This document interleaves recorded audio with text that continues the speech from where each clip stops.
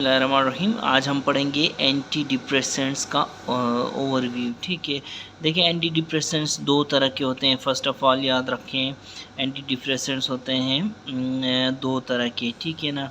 Anti depressants atypical anti depressants और atypical anti depressants.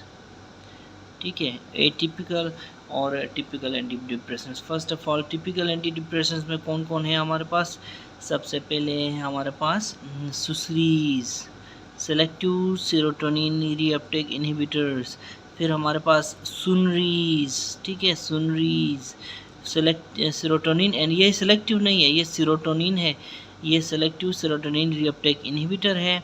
ये serotonin norepinephrine reuptake inhibitor है, यानी कि ये दो चीज़ों के रीअपटेक इनहिबिटर्स हैं, सेरोटोनिन के भी और नॉरएपिनेफ्रिन के भी। ठीक है, जबकि ये सिर्फ और सिर्फ सेरोटोनिन के, बल्कि सेरोटोनिन को क्या कहते हैं, हम हमेशा सेरोटोनिन को लिखते हैं 5-हाइड्रोक्सी ट्रिप्टोफैन, इस तरह लिखते हैं, इसका नाम सेरोटोनिन ही है। ठीक है, तीसरा हमारे पास क्या है? मोनोएमाइन ऑक्सीडेज इनहिबिटर्स। ठीक है, इसी तरह फिर चौथा हमारे पास क्या है? Tricyclic anti depressants. ठीक है, ये चार आपने याद रखने हैं टिपिकल में। फिर हमारे पास एटिपिकल की लिस्ट है। एटिपिकल में फिर हमारे पास कौन कौन सी ड्रग्स हैं? ठीक है ना, एटिपिकल में हमारे पास ड्रग्स हैं कौन कौन से? वोर्टिऑक्सेटीन, ठीक है, वोर्टिऑक्सेटीन। ये लफ्ज़ जो है मैंने इजी करने के लिए सेपरेट लिखा है, वरना ये पूरे का पूरा एक ही लफ्ज़ है। आपने इसको निमोनिक वोर्टिऑक्सेटीन से याद रखना है, लेकिन इसको लिखने के वक्त आपने वोर्टिऑक्सेटीन ही लिखना है पूरे का पूरा। ठीक है, उसके बाद दूसरा हमारे पास एटिपिकल एंटी डिप्रेसेंट क्या है? वी से, वो भी वी से है, विलाज़ोडोन। ठीक है, विलाज़ोडोन। ठीक है, इस तरह आपने याद रखना है, जैसे ड्रोन नहीं होता, विलाज़ोडोन, वॉल्यूम ऑफ डिस्ट्रीब्यूशन निमोनिक है इसका। ठीक है, विलाज़ोडोन। ठीक है, तीसरा हमारे पास क्या निमोनिक है? तीसरा हमारे पास है, सॉरी, ड्रग है हमारे पास वेरेनिसिलीन। ठीक है, ठीक है, वेरेन इक्लीन बोलें इसको एज ए निमोनिक। ठीक है, वेरेनिक्लीन, ये जो है आप ऐसे लिखेंगे, ठीक है, लेकिन पढ़ेंगे निमोनिक एज ए निमोनिक आप ऐसे याद रखेंगे VI से, लेकिन लिखने के वक्त आपने वेरेनिक्लीन सीधे सीधे लिखना है। ठीक है ना, तो मैं कहने का मकसद ये है कि कोई भी मुश्किल मेडिकल टर्म हो, आप उसको ब्रेक करके पढ़ेंगे ना तो आसान होता है। आप देखो इसका हमने VD, ठीक है, विलाज़ोडोन, इसका VI वेरेन इक्लीन। ठीक है, वेरेनिक्लीन। ठीक है, फिर हमारे पास चौथा जो ड्रग है एटिपिकल एंटी डिप्रेसेंट, वो है ट्राज़ोडोन। ठीक है, ट्राज़ोडोन, इसको एज ए निमोनिक ऐसे लिख लें, और पूरा पढ़ते वक्त आपने इसको लाजमी ट्राज़ोडोन सिंगल वर्ड में लिखना है। ठीक है, ये सारे के सारे हमारे पास एंटी डिप्रेसेंट्स आ गए। ठीक है, अब सुसरीज के अंदर बहुत सारी ड्रग्स हैं, ये ग्रुप है, ये अलग ड्रग्स हैं। देखें, ये एटिपिकल एंटी डिप्रेसेंट्स हैं, ये ड्रग्स के नाम हैं, ये ग्रुप्स के नाम नहीं हैं, जबकि ये टिपिकल एंटी डिप्रेसेंट के ग्रुप्स हैं। ये सुसरीज के अंदर बहुत सारी ड्रग्स हैं, सुनरीज के अंदर बहुत सारी ड्रग्स हैं, मोनोएमाइन ऑक्सीडेज इनहिबिटर्स के आगे बहुत सारे ड्रग्स हैं। ये जो है ना मोनोएमाइन ऑक्सीडेज इनहिबिटर्स, ये MAOI है, इसको मैंने MOA लिखा है, मोनोएमाइन ऑक्सीडेज इनहिबिटर्स। ठीक है, इसी तरह इसके अंदर फिर बहुत सारी ड्रग्स हैं। फिर ट्राईसाइक्लिक एंटी डिप्रेसेंट्स के अंदर बहुत सारी ड्रग्स हैं, इसको हम एक एक करके भी पढ़ते हैं। ठीक है, अब सबसे पहले हम देखते हैं, हम सुसरीज पढ़ेंगे। ठीक है, हम सुसरीज पढ़ेंगे। सुसरीज का क्या मतलब है? Selective serotonin reuptake inhibitor. ठीक है ना, इसको सेलेक्टिव क्यों कहते हैं? क्योंकि ये सिर्फ और सिर्फ सेलेक्ट करके सेरोटोनिन को ही इनहिबिट करते हैं, इसका रीअपटेक। ठीक है ना। सीरोटोनिन के सिर्फ और सिर्फ सीरोटोनिन को सेलेक्ट करके इसके रीअपटेक को इनहिबिट करते हैं। बाकी ऐसी ड्रग्स हैं जो मिक्स करके सबको ऐसे ही मिला के ही रीअपटेक इनहिबिट करती हैं। फॉर एग्ज़ाम्पल बुप्रोपायोन, बुप्रोपियोन एक ऐसी ड्रग है जो किसको करती है, जो कि जनरलाइज्ड एंजाइटी डिसऑर्डर में इस्तेमाल होती है। ये बुप्रोपायोन ये क्या करती है, डोपामिन को भी इनहिबिट करती है और क्या करती है, सेरोटोनिन को भी इनहिबिट करती है। ठीक है ना, सेरोटोनिन को भी इनहिबिट करती है। तो ठीक है ना, इसीलिए इसको हम सेलेक्टिव नहीं कर सकते। जबकि अब ये देखें यहाँ पे जो ड्रग्स हैं वो सिर्फ और सिर्फ सेरोटोनिन को सेलेक्ट करके याद रखें सेरोटोनिन का जो शॉर्ट फॉर्म 5-हाइड्रोक्सीट्रिप्टोफान, ये 5-HT को सेरोटोनिन ही बोलते हैं। ठीक है, अब सेरोटोनिन दूसरी एक ग्रुप है। ठीक है, इस ग्रुप के अंदर कौन कौन सी ड्रग्स हैं, फॉर एग्जांपल सबसे पहले ले लो आप फ्लोक्सोटीन। ठीक है, फ्लोक्सेटिन बहुत मशहूर ड्रग है फ्लोक्सेटिन, ये एंजाइटी वगैरह में भी यूज़ होती है। ठीक है, तो ये इस ग्रुप का ना प्रोटोटाइप ड्रग है, यानी ब्रांड ड्रग है। ठीक है, अच्छा फ्लोक्सेटिन। फिर दूसरी ड्रग है हमारे पास, उसके भी नाम में टीन आता है, उसको हम क्या कहते हैं, पेरोक्सेटीन, इसको भी अलग करके बोल दें, फ्लोक्सेटीन, पेरोक्सेटीन। ठीक है, फिर तीसरी ड्रग है इसी ग्रुप के अंडर में, कौन सी है, वो है सर्ट्रालीन। ठीक है ना, क्या है, FPS सर्ट्रालीन।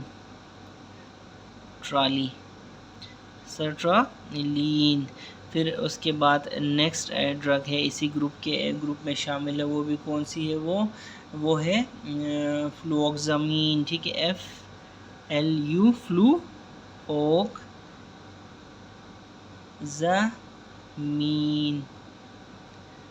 बल्कि आप इसको ऐसे भी पढ़ सकते हैं, अमाइनो एसिड। ठीक है, अमाइनो अमीन, इस तरह भी पढ़ सकते हैं, फ्लुओक्सामीन, यानी कि ऑक्स को फ्लू हो गया। ठीक है ना, अच्छा उसके बाद एक और ड्रग है इसमें, कौन सी है, वो है सिटालोप्राम, सिटालोप्राम। ठीक है, इसको ब्रेक डाउन करके इसे क्या कहते हैं हम, सिटालोप्राम। फिर उससे भी नेक्स्ट ड्रग है, वो क्या है, वो एसिटालोप्राम। ठीक है, उसके एसिटालोप्राम के एंड में आप ES लगा दें तो वो ड्रग बन जाती है एसिटालोप्राम। ठीक है, तो इसको मिला के पढ़ें तो एसिटालोप्राम। ठीक है, ये ड्रग्स हैं, ये सारी की सारी ड्रग्स। कितनी ड्रग्स हैं, 1 2 3 4 5 और 6 ड्रग्स हैं, 6 की 6 सुसरीज में शामिल होती हैं, सेलेक्टिव सेरोटोनिन रीअपटेक इनहिबिटर्स में। ठीक है, अब अगर सुसरीज का कोई आपका जो टीचर है आपसे मैकेनिज़्म ऑफ एक्शन पूछे, इन ड्रग्स का मैकेनिज़्म ऑफ एक्शन क्या है वो पूछे, तो आपने क्या कहना है, sir these drugs they inhibit reuptake of serotonin. ठीक है ना, सीरोटोनिन। ठीक है ना, यानी कि दे इनहिबिट को मैं इस तरह लिखता हूँ। ठीक है ना, पूरा लिखने की बजाय, reuptake of serotonin, reuptake of five hydroxytryptophan, ये है mechanism of action, MOA, mechanism of action इन सब के सब ड्रग्स का, इन सब ड्रग्स का मैकेनिज़्म ऑफ एक्शन सेम है। और वो क्या है, वो नाम से ही पता चलता है कि they inhibit the reuptake of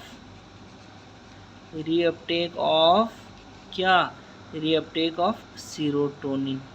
ठीक है, ये मैकेनिज़्म ऑफ एक्शन है, बहुत इजी, नाम से ही पता चलता है। रीअपटेक, सीरोटोनिन का रीअपटेक को ये इनहिबिट करते हैं, सेरोटोनिन का रीअपटेक को ये इनहिबिट करते हैं। ठीक है, तो ये इसका जो है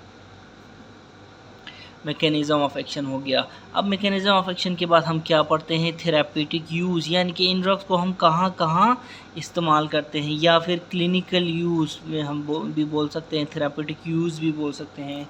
इन ड्रग्स का इस्तेमाल कहाँ कहाँ होता है, तो इसके लिए आपने क्या करना है, आपने निमोनिक याद रखना है। कौन सा निमोनिक याद रखना है, सबसे पहले DOG, ठीक है ना। डॉग, डी से क्या आता है, डिप्रेशन में ये यूज़ करते हैं, ठीक है ना, डिप्रेशन में ये ड्रग्स यूज़ करते हैं। कौन सी ड्रग्स, सुसरीज, ठीक है। इसी तरह ओ से ऑब्सेसिव कंपल्सिव डिसऑर्डर में हम कौन सी ड्रग्स यूज़ करते हैं, यही ड्रग्स सुसरीज, ठीक है। इसी तरह generalised GAD, generalised anxiety disorder में हम ये ड्रग्स यूज़ करते हैं, डॉग, निमोनिक याद रखें, ठीक है ना। अब ये जो डॉग है, डॉग एक क्या होता है, डॉग एक क्या होता है, सोशल पेट होता है ना, P फॉर पेट, ठीक है ना। डॉग एक सोशल पेट होता है। तो अब देखो इसी ड्रग्स का ये हम थेरापेटिक यूज़ पढ़ रहे हैं ना सुस्रीज का, तो सोशल से सोशल एंजाइटी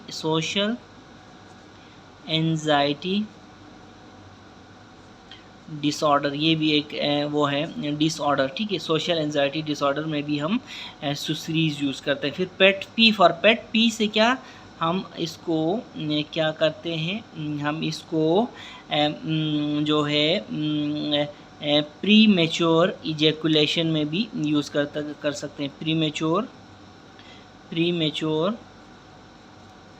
इजैकुलेशन, ठीक है, इसमें भी हम ये जो है ना सुसरीज यूज़ कर सकते हैं। इसी तरह P से ही दूसरा आ जाओ, P से ही हम दूसरा पोस्ट ट्रॉमेटिक स्ट्रेस डिसऑर्डर, ये भी एक मेंटल डिसऑर्डर है, ठीक है ना।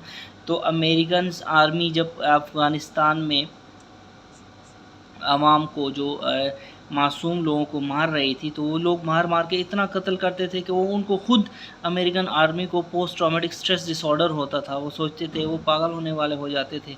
वापस जाके वो उनको बिल्कुल उनकी साइकोथेरेपी होती थी, और उनकी साइकोथेरेपी के लिए भी यही सुसरीज हम यूज़ करते थे, ठीक है ना, यही सुसरीज यूज़ करते थे, ठीक है। इसी तरह दूसरे P से याद रखें, P से एक और चीज़ है, वो है पैनिक डिसऑर्डर, ठीक है। पैनिक डिसऑर्डर में भी हम क्या करते हैं, सुसरीज यूज़ कर सकते हैं। तो कितना अच्छा निमोनिक है, डॉग सोशल पेट है, ठीक है। D for depression, O for OCD obsessive compulsive disorder, G for generalised anxiety disorder, social से सोशल एंजाइटी डिसऑर्डर। इसी तरह फिर P से प्रीमेच्योर इजैकुलेशन, ये एक मर्दाना बीमारी है, ठीक है।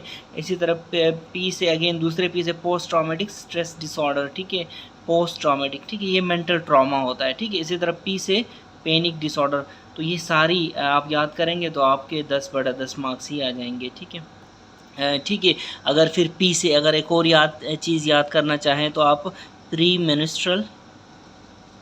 ये ज़नाना बीमारी है, प्री मेंस्ट्रुअल डिस्फोरिक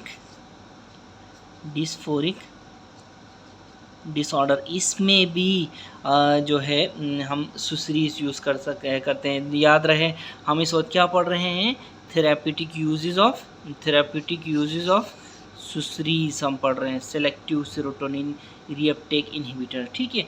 तो ये डॉग इज़ ए सोशल पेट से ये सारी चीज़ें याद आ गई आपको, ठीक है। इसके अलावा भी आप याद रखना चाहते हैं तो बुलीमिया में भी, बुलीमिया नर्वोसा, इसमें भी हम क्या कहते हैं, सुसरीज यूज़ कर सकते हैं और करते हैं। और बिंज ईटिंग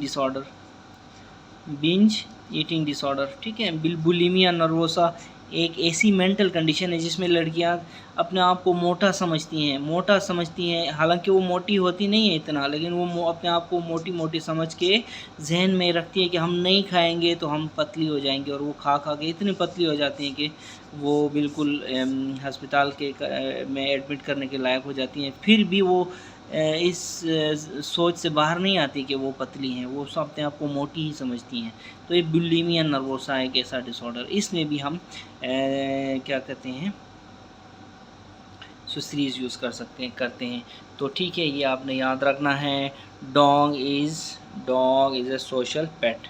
एक पेज में ये सारे पेज रोक के आप ये पढ़ सकते हैं। ठीक है, तो हमने थेराप्यूटिक यूजेस ऑफ सुसरीज पढ़े, हमने मैकेनिज़्म ऑफ एक्शन ऑफ सुसरीज पढ़े, हमने जो ड्रग नेम्स इन्वॉल्व इन जो सुसरी ग्रुप है वो पढ़ा। तो अब हम क्या रहता है, एडवर्स इफ़ेक्ट्स रहते हैं, ठीक है, या फिर जिनको साइड इफ़ेक्ट्स भी बोलते हैं, ठीक है।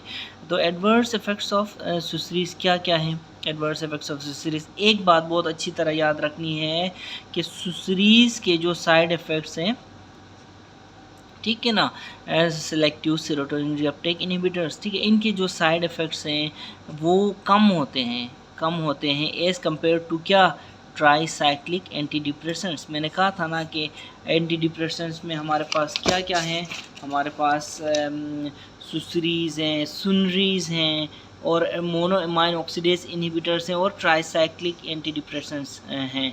तो मैं कहना चाह रहा हूँ कि इनके सुसरीज के जो साइड इफ़ेक्ट्स हैं ना, ट्राईसाइक्लिक एंटी डिप्रेसेंट्स से कम होते हैं, इसीलिए सुसरीज का इस्तेमाल देखो अक्सर लोगों को आपने देखा होगा पहली जो एंटी डिप्रेसेंट यूज़ करते हैं वो यही सुसरीज में से ही डॉक्टर्स उनको प्रिस्क्राइब करते हैं। क्यों? क्योंकि इसके साइड इफ़ेक्ट्स कम होते हैं, ठीक है, as compare to tricyclic antidepressants के, ठीक है ना। अब क्या क्या साइड इफ़ेक्ट्स हैं? सबसे पहले सीरोटोनिन सिंड्रोम, ठीक है, सीरोटोनिन सिंड्रोम कराते हैं। सीरोटोनिन सिंड्रोम एक मेंटल जो है डिसऑर्डर है जो कि सीरोटोनिन के ज़्यादा होने की वजह से होती है, ठीक है। तो ये क्योंकि रीअपटेक बंद इनहिबिट करते हैं, देखें ये प्री साइनेप्टिक न्यूरॉन है, ये पोस्ट साइनेप्टिक न्यूरॉन है, अगर यहाँ से रीअपटेक बंद कर देंगे सीरोटोनिन का ये ड्रग्स, कौन से सुसरीज, तो इधर सीरोटोनिन ज़्यादा होगा। जब इधर सीरोटोनिन ज़्यादा होगा तो ये यहाँ पे लग के ज़्यादा ही स्टिमुलेट करेगा। अब इसीलिए जब सीरोटोनिन ज़्यादा होगा तो वो क्या होता है, सीरोटोनिन सिंड्रोम कराता है, ठीक है। तो ये प्री साइनेप्टिक न्यूरॉन है, ये पोस्ट साइनेप्टिक न्यूरॉन है, ठीक है, सही है। अच्छा, ये हो गया पहली बात, सीरोटोनिन सिंड्रोम। दूसरी बात क्या हो गई इनकी? दूसरी बात ये हो गई कि दूसरा जो साइड इफ़ेक्ट है इनका वो है जीआई डिस्ट्रेस, ठीक है ना, पेट ख़राब कर देते हैं ये जो सुसरीज हैं, ठीक है। तीसरा साइड इफ़ेक्ट क्या हो गया इसका? SIAD याद रखें, SIAD, syndrome of inappropriate ADH secretion कराते हैं, कौन? ये सुसरी से। चौथा साइड इफ़ेक्ट क्या होगा? जो है सेक्सुअल डिसफंक्शन कराते हैं, सेक्सुअल डिसफंक्शन कराते हैं, यानी कि जो है जो मर्दाना बीमारी या जनाना बीमारी, इस तरह फिर सेक्सुअल इसमें फिर एनऑर्गेज़मिया और डिक्रीज लिबिडो, ठीक है, लिबिडो कम हो जाती है और एनऑर्गेज़मिया हो जाती है, ठीक है ना, एनऑर्गेज़मिया, ये दोनों चीज़ें सेक्सुअल डिसफंक्शन के अंदर आती हैं। तो ये सारी के सारे जो है ना 1 2 3 4, ठीक है ना, ये साइड इफ़ेक्ट्स हैं किसके? Serotonin, selective serotonin reuptake inhibitors के। इसमें आपने जो ज़्यादा इम्पोर्टेंट है वो याद रखना है सेरोटोनिन सिंड्रोम, और ज़्यादा इम्पोर्टेंट वो है चौथा सेक्सुअल डिसफंक्शन ये कराते हैं, ठीक है। अब दूसरी हम जो ड्रग पढ़ेंगे वो है सुनरीज, सेरोटोनिन नॉरएपिनेफ्रिन रीअपटेक इनहिबिटर, ठीक है। सुनरीज के अंदर सबसे पहले हम देखेंगे ड्रग्स कौन कौन सी होती हैं, ठीक है ना। ड्रग्स होती हैं यहाँ पे हमारे पास सबसे पहले विनला फैक्जीन, ठीक है, विनला फैक्जीन, इसको सिंपली आप ऐसे लिखेंगे विनला फैक्जीन, ठीक है। दूसरी जो हमारे पास ड्रग है वो है डेसविनला फैक्जीन, इसके नीचे डेस लगा देंगे, इसके नीचे डेस लगा देंगे आप, बस डेस, ठीक है ना, बाकी सारा वही है, डेसविनला फैक्जीन। फिर तीसरी जो ड्रग है इसको लिखने के लिए ऐसे लिखेंगे डेस विनला फैक्जीन, ठीक है। फिर तीसरी ड्रग है हमारे पास डुलोक्सेटिन, ठीक है ना, डुलोक्सेटिन, टीन। देखिए याद रखें, यहाँ डुलोक्सेटिन पे आपने पहले पढ़ा था फ्लूओक्सेटिन, ठीक है। ये बिल्कुल ड्रग इस तरह की ही लग रही है जैसे सुनरी है, ठीक है ना। सुनरी में हमने देखा था फ्लूओक्सेटिन, पेरोक्सेटिन, लेकिन ये जो है इसमें आपने याद रखना, ये टीन समझ के आपने इन दोनों को इसके साथ मिक्स नहीं करना। डुलोक्सेटिन जो है वो सेरोटोनिन नॉरएपिनेफ्रिन रीअपटेक इनहिबिटर है, ठीक है। इसका आप ऐसे याद रखेंगे, डी फॉर डुलोक्सो, तो डी फॉर दोनों को, ये किस को, सेरोटोनिन को, 5 हाइड्रोक्सीट्रिप्टोफान को और नॉरएपिनेफ्रिन, दोनों को ये के रीअपटेक को ये ब्लॉक करती है, ठीक है। याद रखें ये ड्रग सुसरी नहीं है, ये ड्रग है सुनरी है, ठीक है। तो आपने याद रखना है, जबकि फ्लूओक्सेटिन और पेरोक्सेटिन सुसरीज हैं, ठीक है। अच्छा, फिर चौथे नंबर पे हमारे पास कौन सी जो सुनरी है, चौथे नंबर पे हमारे पास जो सुनरी है वो है लिवोमिल्ना। सबसे पहले ए मिल्ना सिप्रान, ठीक है, मिल्ना सिप्रान। अच्छा, मिल्ना, ये उर्दू में जो मिल्ना नहीं कहते हैं, मिल्ना सिप्रान, ठीक है। अच्छा, उसके बाद जो पांचवी ड्रग है हमारे पास वो है लीवो मिल्ना सिप्रान। इसके नीचे आगे लीवो लगा दो, ठीक है ना, लीवो, ठीक है, लीवो मिल्ना सिप्रान, ठीक है, लीवो मिल्ना सिप्रान। ये 5 की 5 जो ड्रग्स हैं वो सुनरीज में आती हैं, ठीक है ना। Select serotonin norepinephrine reuptake inhibitors में आपने याद रखना है, ठीक है। और उसको इसमें ये डुलोक्सेटिन को आपने मिक्स नहीं करना सुसरी के साथ, ठीक है। It's not a SSRI, duloxetine is a SNRI, ठीक है। और डी से याद रखेंगे ये दोनों को 5 हाइड्रोक्सीट्रिप्टोफान यानी कि सेरोटोनिन को भी और नॉरएपिनेफ्रिन को भी ये क्या करती है, ब्लॉक करती है, इसके रीअपटेक को इनहिबिट करती है, ठीक है। तो ये तो ड्रग्स थे सुनरी। अब सुनरी का मैकेनिज्म ऑफ एक्शन क्या होगा? सुनरी का मैकेनिज्म ऑफ एक्शन खुद सोचो, नाम से ही पता चलता है कि मैकेनिज्म ऑफ एक्शन क्या है इसका। इट इनहिबिट्स सेरोटोनिन और किसका, नॉर एपिनेफ्रिन, या जिसको नॉर एड्रेनलिन भी बोलते हैं, ठीक है ना। नॉर एपिनेफ्रिन या नॉर एड्रेनलिन एक ही बात है, एक ही चीज़ के दो नाम हैं, ठीक है। इसको क्या करती है, इनहिबिट करती है, इनके किस चीज़ को, इनके रीअपटेक को। रीअपटेक कहाँ होता है, याद रखो, रीअपटेक हमेशा प्री साइनेप्टिक न्यूरॉन में रीअपटेक होता है। यहाँ से निकल के रीअपटेक, अंदर जाने को रीअपटेक कहते हैं, निकल के अंदर जाने को, निकल के एक्शन करके अंदर जाने को रीअपटेक कहते हैं, ठीक है ना। ठीक है, अब क्लिनिकल यूज़ देखें। क्लिनिकल यूज़ ऑफ क्या, क्लिनिकल यूज़ ऑफ सुनरीज, ठीक है ना। क्लिनिकल यूज़ बोलो या थेराप्यूटिक यूज़ बोलो, थेराप्यूटिक यूज़ बोलो, इसमें भी वही निमोनिक है, ठीक है ना। DOG डॉग, डी से डिप्रेशन, ठीक है।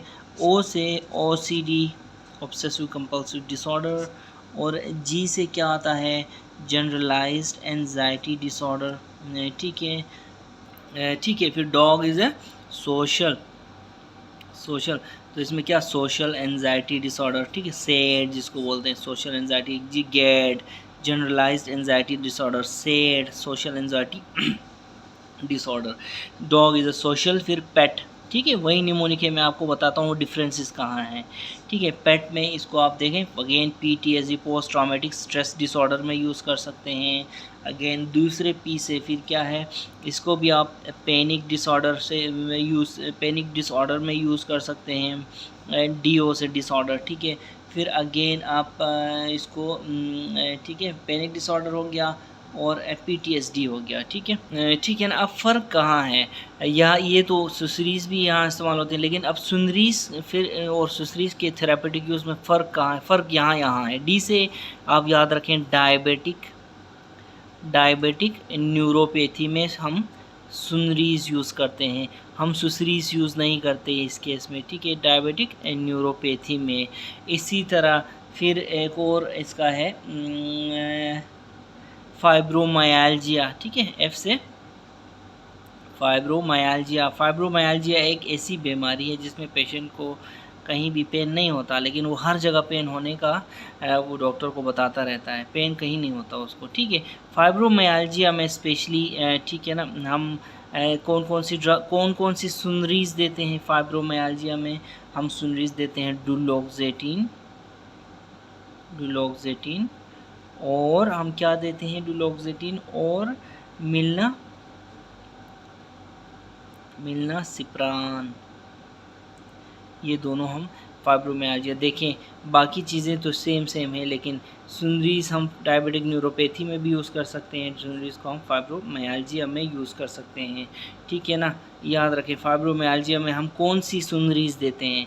हम डुलोक्सेटिन देते हैं और मिलनासिप्रान देते हैं, ठीक है। इसी तरह जो सोशल, ये सारा इन सब post traumatic stress, SAD, panic disorder, इन सब के लिए हम कौन सी सुनरीज ज़्यादा प्रेफर करते हैं? सबसे बेस्ट कौन सी हम समझते हैं? वो है विनलाफेक्सिन,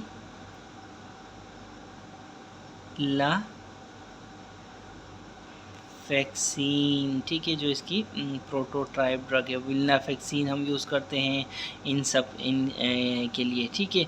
तो ये जो आपने नोट करना है, जो फ़र्क है social anxiety disorder, post traumatic stress disorder, panic disorder में हम विनलाफेक्सिन देते हैं। फाइब्रोमाइल्जिया में या तो हम डुलोक्सेटिन देते हैं और मिलनासिप्रान देते हैं।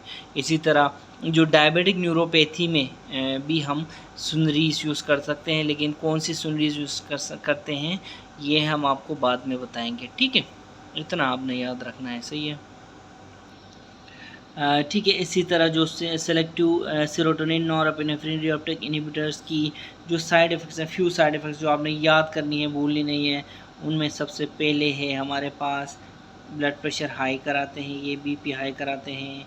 अच्छा, उसके बाद नंबर दो पे ये स्टिमुलेंट इफ़ेक्ट्स होते हैं, इनके स्टिमुलेंट इफ़ेक्ट्स होते हैं, ठीक है। इसी तरह नंबर 3 पे जो होते हैं वो सिडेशन,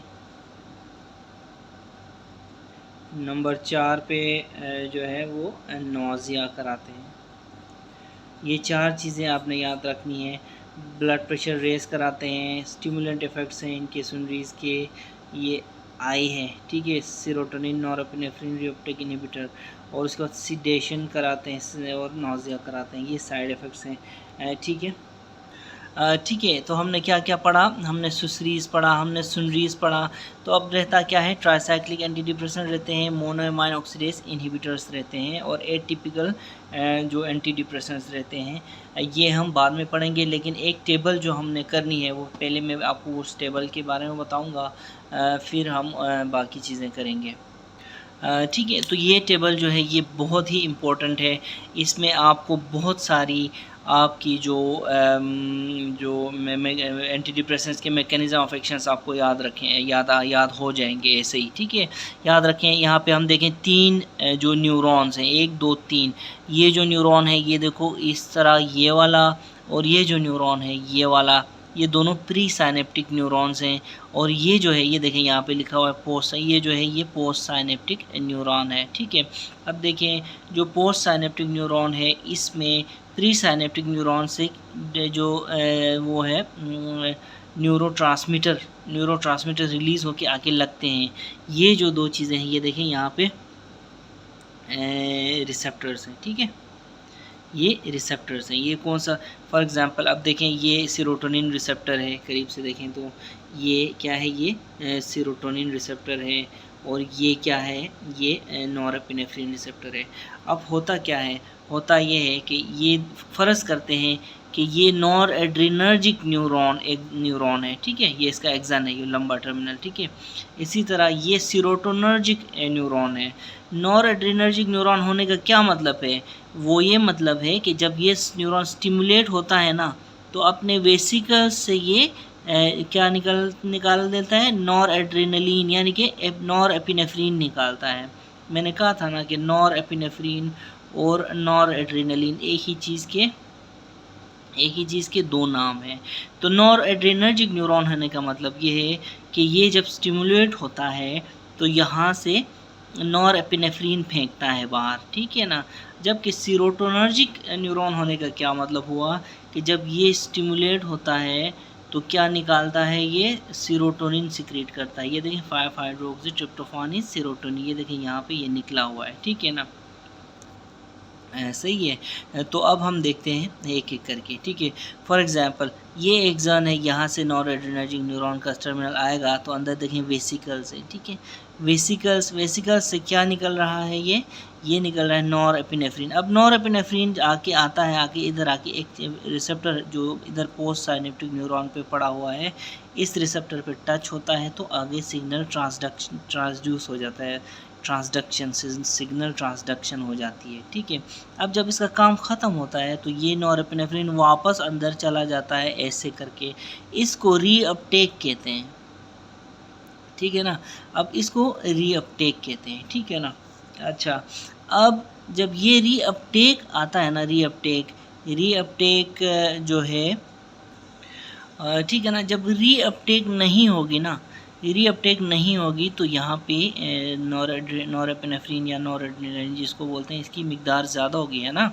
तो देखें अब रीअपटेक जो है इसको इनहिबिट कौन करता है, इसको देखें ट्राइसाइक्लिक एंटी डिप्रेसेंट्स भी इस रीअपटेक को, नॉरएपिनेफ्रिन के रीअपटेक को इनहिबिट करते हैं। ऐसे सीरोटोनिन नॉरएपिनेफ्रिन रीअपटेक इनहिबिटर्स भी इसको इनहिबिट करते हैं, एंड बुप्रोपायोन भी इस रीअपटेक को इनहिबिट करता है, ठीक है। ये आपने मैकेनिज़्म याद रखना है। फिर इस तरफ आ जाए, यहाँ से ये सीरोटोनर्जिक न्यूरॉन एक्शन पोटेंशियल ऐसे आएगा तो यहाँ से फिर वही सरपेंटाइल रिसेप्टर्स कैल्शियम लगेगा, फिर ये प्रीसाइनेप्टिक जो वेसिकल्स हैं ये ऐसे आके वॉल के साथ लग के ये फ्यूज़ हो जाएंगे तो ऐसे इसको रिलीज़ कर देंगे सीरोटोनिन को। सीरोटोनिन आके पोस्ट साइनेप्टिक जो न्यूरॉन है इसके जो रिसेप्टर्स हैं इन पे आके लग जाएगा तो एक आगे एक्शन पोटेंशियल बढ़ जाएगा इनके, ठीक है ना। अब एक बार जब ये काम करके साइड होता है तो ये रीअपटेक होता है ना, सीरोटोनिन भी रीअपटेक, इसके रीअपटेक को कौन कौन इनहिबिट करता है, ट्राइसाइक्लिक एंटीडिप्रेसेंट्स, सुनरीस और ट्राजोडोन। ये ट्राजोडोन जो है ये पता है क्या है, ये एटिपिकल एंटीडिप्रेसेंट है, ये मैंने आपको पहले भी बताया था, ठीक है, ठीक है। तो ये इनका मैकेनिज़्म ऑफ एक्शन, इन सब ग्रुप ऑफ ड्रग्स का मैकेनिज़्म ऑफ एक्शन यही है कि ये इनहिबिट करते हैं, क्या इनहिबिट करते हैं, जो सीरोटोनिन रीअपटेक को। फिर कुछ इधर भी हैं, देखो ट्राइसाइक्लिक एंटीडिप्रेसेंट्स इधर भी लिखे हुए हैं, नॉरएपिनेफ्रिन रीअपटेक को इनहिबिट करने वाले ड्रग्स में भी, और ट्राइसाइक्लिक एंटीडिप्रेसेंट्स इधर भी लिखे हुए हैं सीरोटोनिन के रीअपटेक को इनहिबिट करने वाले ड्रग्स में भी। तो इसका मतलब ये हुआ कि फॉर एग्जांपल जो दोनों जगहों में है, इधर भी, इसका मतलब ये है कि दोनों को, सीरोटोनिन को भी और नॉरएपिनेफ्रिन को भी वो इनहिबिट करते हैं उसके रीअपटेक को। आपने ये चीज़ भूली नहीं। अब for example tricyclic antidepressants TCA, इसकी जगह में आपने सिर्फ सीरोटोनिन लिखा तो आपका 50% आपका आंसर सही हुआ। जब तक आप नॉरएपिनेफ्रिन उस केस में नहीं लिखेंगे तो आप 100% मार्क्स नहीं ले सकेंगे, ठीक है। अब उसके बाद क्या होता है, उसके बाद देखें कि यहाँ पे देखें आपको MAO लिखा होगा, यहाँ पे ये इंजाइम है monoamine oxidase, pre synaptic actions में, ठीक है, न्यूरॉन के टर्मिनल्स में मोनोअमाइन ऑक्सीडेज एक इंजाइम है। इस इंजाइम को फिर इनहिबिट करते हैं कौन, मोनोअमाइन ऑक्सीडेज इनहिबिटर्स। जब ये इंजाइम इनहिबिट होता है तो फिर ये क्या करते हैं, ये इंजाइम जब इनहिबिट होता है तो ये फिर सीरोटोनिन को मेटाबोलाइट्स में कन्वर्ट करता है ना।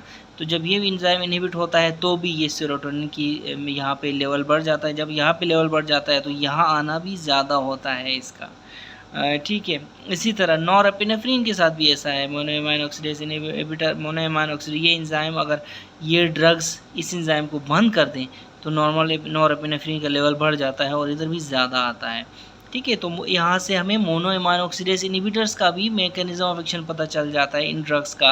दे इनहिबिट मोनोअमाइन ऑक्सीडेज, जिसकी वजह से क्या होता है, जो लेवल्स ऑफ एमाइन न्यूरोट्रांसमीटर्स है ना, मोनोएमाइन जो न्यूरोट्रांसमीटर्स कौन कौन से हैं, नॉरएपिनेफ्रिन हो गया, इसी तरह सीरोटोनिन हो गया, ठीक है, इसी तरह डोपामिन हो गया, ठीक है, इनके लेवल्स बढ़ जाते हैं इस जगह में because of monoamine oxidase inhibitor drugs.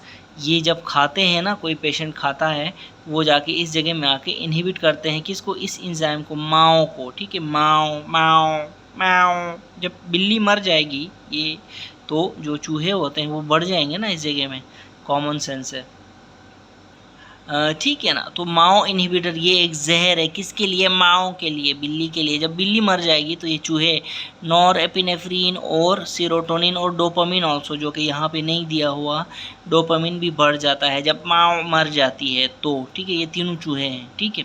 फिर ये घूमते हैं, इधर भी आते हैं, इधर भी जाते हैं, ज़्यादा हो गए, इधर भी इधर भी इधर भी, और ये एक्शन पोटेंशियल के वो बढ़ा देते हैं एक्टिविटी, ठीक है। अच्छा, ये होगा। फिर एक और ड्रग का मैकेनिज्म ऑफ एक्शन यहाँ पे देखें, मिर्टाज़ापिन। मिर्टाज़ापिन एक ऐसी ड्रग है, करीब से देखें, मिर्टाज़ापिन एक ऐसी ड्रग है जो क्या करती है, अल्फा-2 रिसेप्टर्स होते हैं, याद रखें, alpha two receptors presynaptic neuron terminal में होते हैं, ये देखें नज़र आ रहे हैं, इनको इनहिबिट करती है। जब मिर्टाज़ापिन इनको इनहिबिट करती है ना, तो जो ज़्यादा से ज़्यादा नॉरएपिनेफ्रिन निकल आता है बाहर, ठीक है। क्यों? क्योंकि ये ऑटो इनहिबिटरी रिसेप्टर होता है। ये आप रिसेप्टर्स में पढ़ेंगे, अल्फा-2 इज़ एन इनहिबिटरी रिसेप्टर, ठीक है। तो जब इसकी इनहिबिशन को मिर्टाज़ापिन बंद करता है तो ये जो प्रोसेस होता है ये बढ़ जाता है, जिसकी वजह से यहाँ पे नॉरएपिनेफ्रिन ज़्यादा होता है, ठीक है, सही है। तो मिर्टाज़ापिन के बारे में याद रखें आप, ये भी एक ड्रग है और ये एटिपिकल है, याद रखें, एटिपिकल है।